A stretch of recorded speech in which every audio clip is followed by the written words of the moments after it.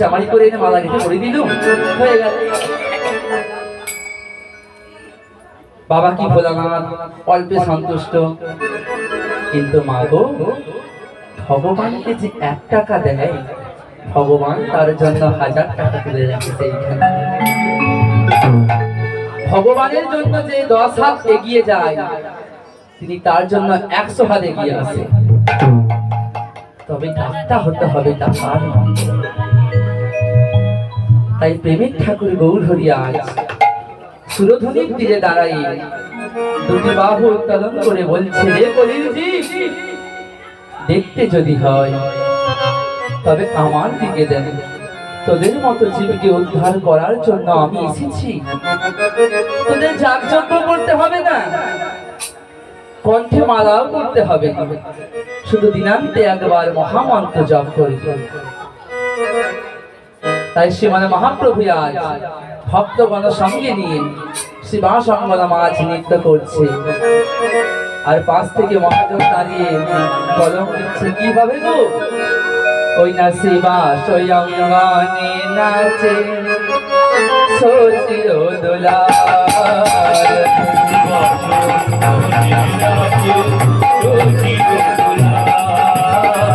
শিবা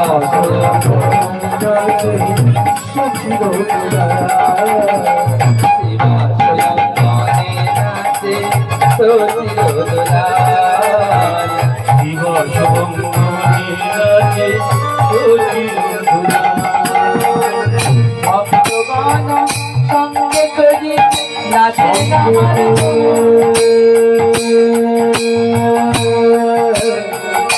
সংক্ষেপে নাচে আমার সঙ্গে নাচে নয় আমার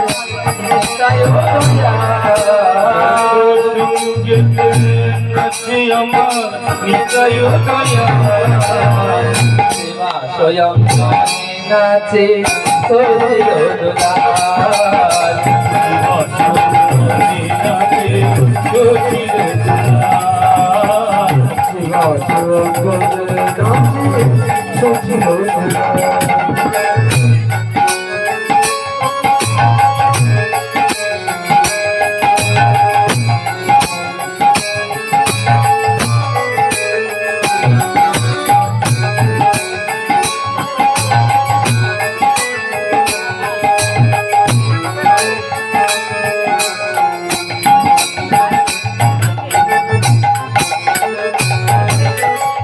ভক্তগণ সঙ্গে করি নাচে আমার গৌর হরি, ভক্তগণ সঙ্গে করি নাচে আমার গৌর হরি, ভক্তগণ সঙ্গে করি নাচে আমার গৌর হরি, ভক্তগণ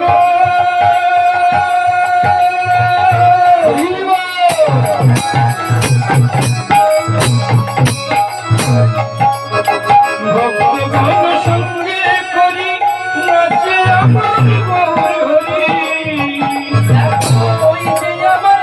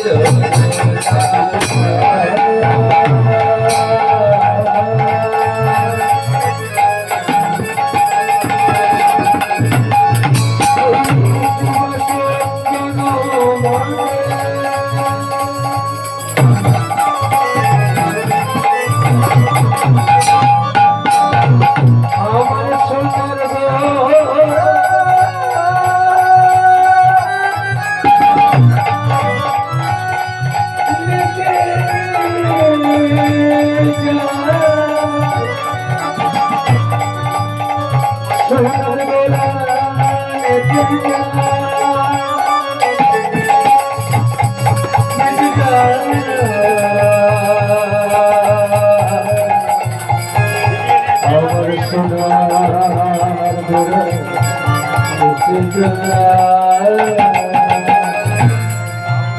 সঙ্গে নাচে সচির দুলাল শিব সঙ্গে নাচে সচির দুলাল শিব সঙ্গে নাচে সচির দুলাল